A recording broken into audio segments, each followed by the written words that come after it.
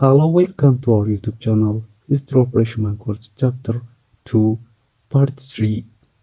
Today topic, the peopling of the region. Under this topic, language and linguistic process. Ethiopia and the Horn, in general, is marked by ethnic and linguistic diversity. Egaa our history of Freshman Course Chapter 2 Part 3 kan barannu taati haga xumuraatti. Nu faana bu'aa, nu hordofaa, like, share, subscribe gochuu hin dagatinaa isiniin jenna. Egaa mata dureen kaarraa people of the region kan jedhu jalatti language and linguistic process kan barannu taati. Haga xumuraatti nu faana bu'aa, nu hordofaa, like, share, subscribe gochuu hin dagatinaa. Ethiopia's Horn in general is marked by ethnic and linguistic diversity. Itoophiyaa fi Gaafa Afrikaa keessatti afaanotaa fi loqodaaleen garagaraa kan argamanidha jechuudha. Akkasuma sabootaa fi akkasuma afaanonni garagaraa kan argamudha. There are about 19 languages with 200 dialects in Ethiopia's Horn. Walumaa galatti Gaafa Afrikaa kana keessatti afaanota garagaraa 90 fi loqodaalee 200 ol kan argamudha jechuudha. The linguists classify languages of Ethiopia's Horn into two major superfamilies.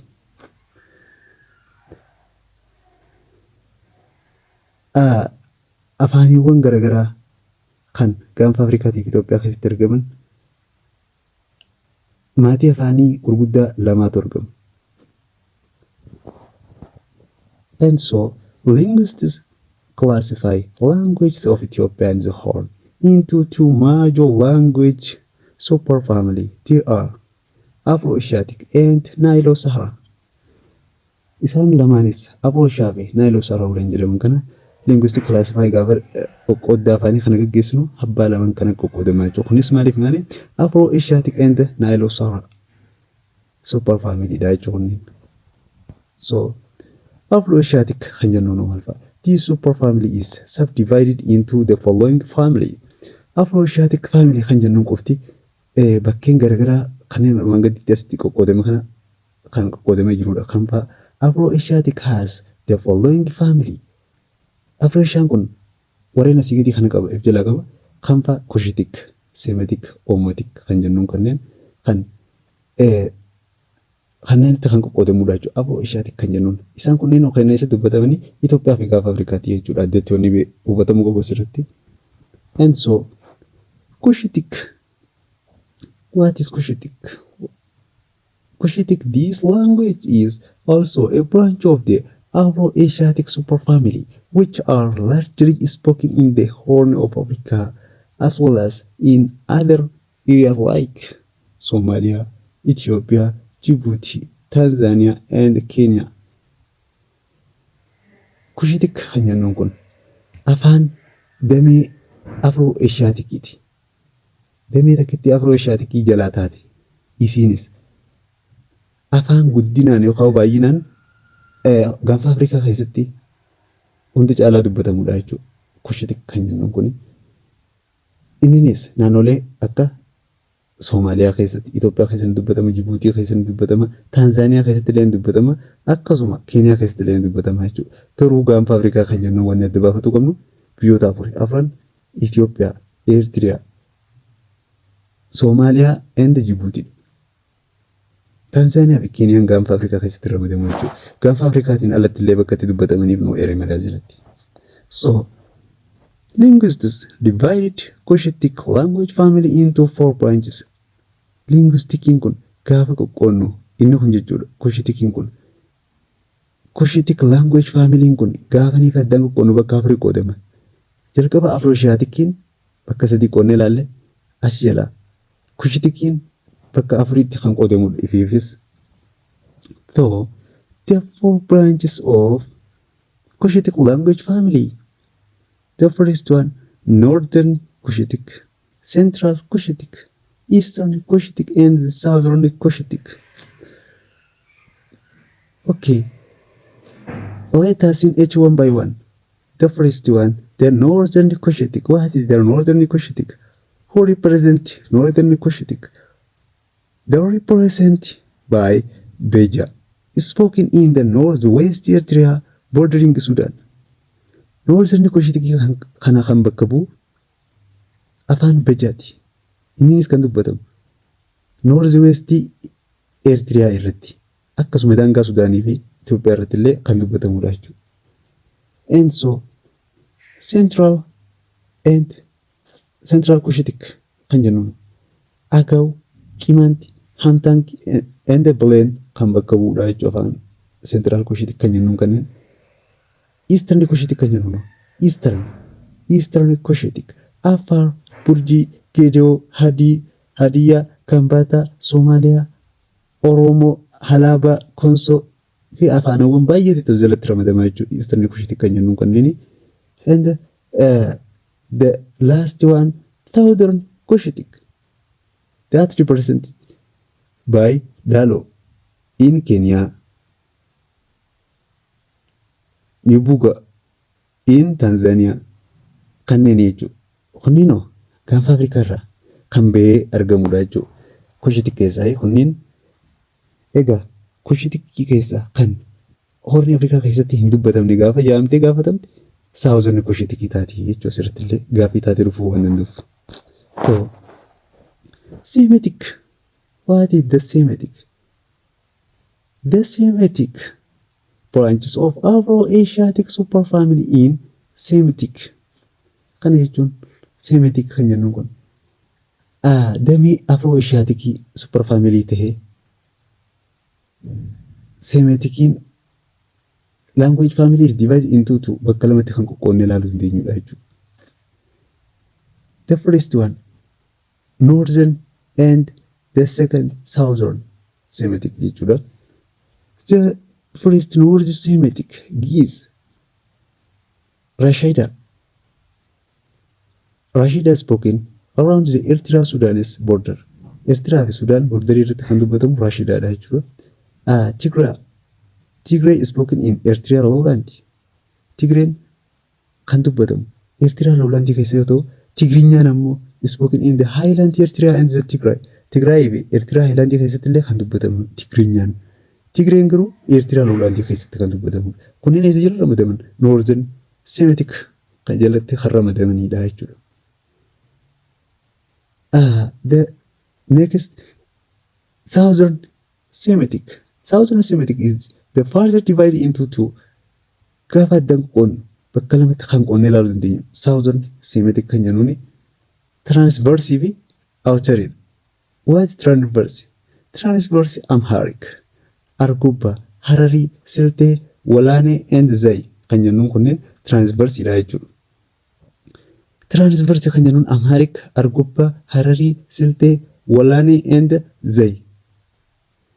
The outeriin ammoo Gaafaat or extinct.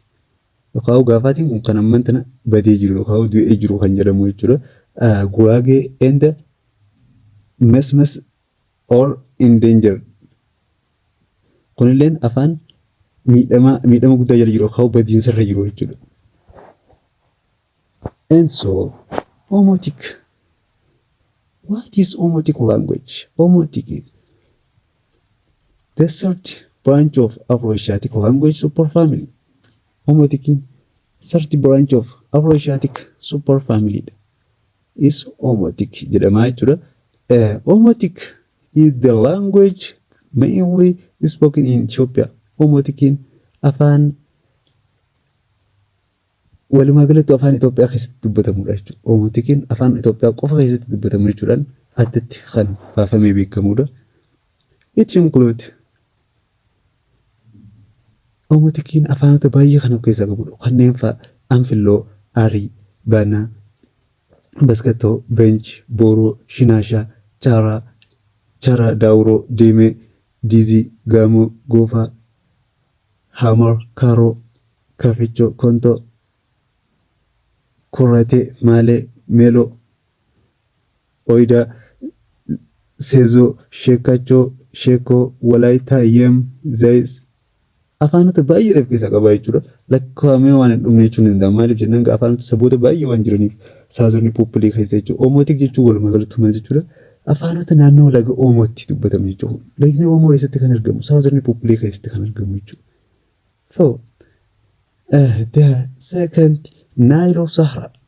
Nile Sahara. Nile Sahara. Anywa, Berta, Gumus, Kasipo, Blesi, Como, Kunama, Kama, Kegu, Majanki, Men, Murle, Mursi, Nara, Nuer, Nyangatam, Orpo, Shebo, Suri, and Uduk. Kanneen jennuun kun Naayiloo Saharaan jalatti kan ramadamanidha jechuudha. Naayiloo Saharaan walumaa galatti daangaa Itoophiyaa fi Sudaan irratti kan dubbatamudha jechuudha. Itiyoo Sudaanis boordarii irratti kan dubbatamu Naayiloo Saharaan jedhama. Egaa kaartaa kana irraas ilaaluun ni danda'ama.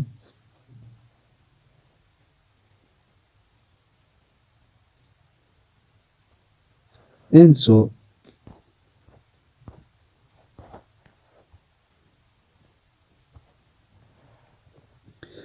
language classification did not remain static. Ramaddiin afaanotaa kun dhaabbataadha miti. Maali jechuun haala qorannaa irra deddeebi'ee qoratamuun kan jijjiiramuu danda'udha jechuudha. The factor like population movement sababoota sochii uummataatiif. Sochii uummataa maalirraa ka'e? Warfare, waraanaaf, trade, daldalaaf, religious and territorial expansion, amantii fi babal'ifannaa daangaarraa illee akkasuma urbanization illee kan jijjiiramuu danda'udha jechuudha. Sababoota ijoo population movementiidhaaf sababoota ta'an kanneen. And so sababoonni kunniin have resulted in penetrating linguistic process that forces language to the effect. Akka afaan tokko miidhaa irra gahu yookaan bal'ifannaaf illee ta'u garuu hundaanuu dhiibbaa geessisuu danda'u kan godhuu danda'udha jechuudha. In this process, adeemsota kanneen keessatti some language did died out or have been in danger of extinction while other thrived over time. And this topic, the settlement pattern, a distribution of the people across the landscape is the result of the long historical process in the Northeast Africa. Haala qubannaa uummataa kana. Kana jechuun distribushiniin uummataa kuni kanneen naannoo garagaraatti uummanni faffaca'ee argamu. That resulted long historical process in the Northeast Africa. Seenaa yeroo dheeraatiin duratti waan uummanni wal keessa faca'uun kun himamaa turedha yookaan waliin uummanni adeemaa turedha jechuudha. In some areas naannolee muraasa keessatti settlement was dense and in the other areas sparse. Haalli qubannaa namaa uummataa kun bakka gariitti baay'inaan ta'etti bakka gariitti kan haphinaan ta'u yookaan irra faffaca'eensaan kan jiraatanidha jechuudha. Iddoo sulula laggeeniitii fi iddoo biyyee gabbataa qabdutti iddoo qonnaaf mijootuu fi horsiisaafis baay'ee mijatu taatetti kan uummanni baay'inaan jiraatudha jechuudha. Kana jechuun horsiisee bultoonni baay'inaan kan jiraatanii osoo hin taane isaan naannoo gammoojjiitti kan jiraatan. In Ethiopia and the Horn, people inhabited densely in highlands and sparsely in the lowlands. Kana jechuun Itoophiyaa fi gaafa Afrikaa keessatti maaltu? Itoophiyaa fi gaafa Afrikaa keessatti uummanni kan jiraatan baay'inaan naannoo highlandiiti. Naannoo lafa olka'aa baay'inaan kan jiraatanii fi sparsely in the lowland naannolee lafa gammoojjii yookaan lafa gadi dhooqaa kan uummanni baay'inaan hin jiraanne isaan horsiisee bultoota jechuudha. Pastoralist populate kan jiraatu. And since early time, the Cushitic and Semitic people had inhabited the area between the Red Sea in the east and the Blue Nile in the west, from where they dispersely to different direction. Yeroo duraa keessa yeroo jalqabaa maaltu ture? Kushitikii fi Semitic Popiliin kan jidduu laga galaana diimaa fi Blue Nile jidduu jiraataa turanidha jechuudha. Abbaayii fi galaana diimaa jidduu kan daangeffamanii jiraataa turanii erganaa kan babal'ifatanii jechuudha. In the west from the their dispersely two different direction. Ergana kara kallattiilee garagaraatti kan faca'anii jira jechuudha. Duraan hagasuma lamaan jidduudha daangoon jiraataa turan yeroo dheeraadhaaf kushitikii fi semitik warreen jennuun kun. And in due course, the Cushitic have evolved to the largest linguistic group in Ethiopia's Horn and have also spread over wide areas from Sudan to Tanzania. As keessatti manuti waa'ee Kushitikii kan largest linguistic group Itoophiyaa fi gaanfa Afrikaa keessaa ta'uu isii irratti jechuudha have also spread over wide area from Sudan to Tanzania.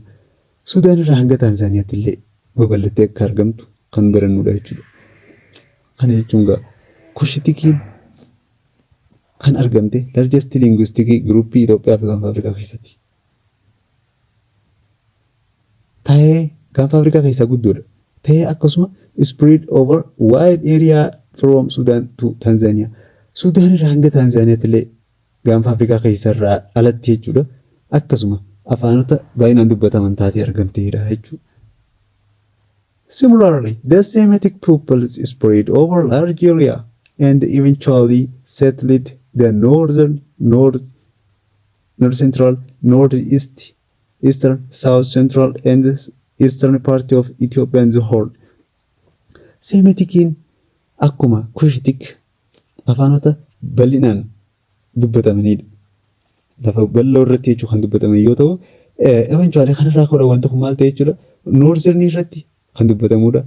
North central irratti ni dubbatama. North eastern irratti ni dubbatama. South central irratti fi eastern part of Ethiopia fi gaanfa Afrikaa irratti illee kan dubbatamudha jechuudha. The Semitic are the second majority people next to the Cushitic. The largest group, Cushitic. The second largest, Semitic. Don't forget, please. And except Shinasha, who live in Benishangul Gumuz and the South Mao in Wallagga. The majority of the Omotic people have inhabited southwestern Ethiopia along the Omo River basin. Warren afaanota Itoophiyaa keessatti dubbatamurraa innis afaan Omotik kan jenne Omotikiin Shinaashaa fi Benishangul Gumuzii fi South Mao kan Wallagga keessatti dubbatamu isaaniin alatti hundinuu Omotik maajoriitiin jechuun harki caalaan Omotikii puuppiliidha kan jiraatan naannoo Omo River baasiniiti.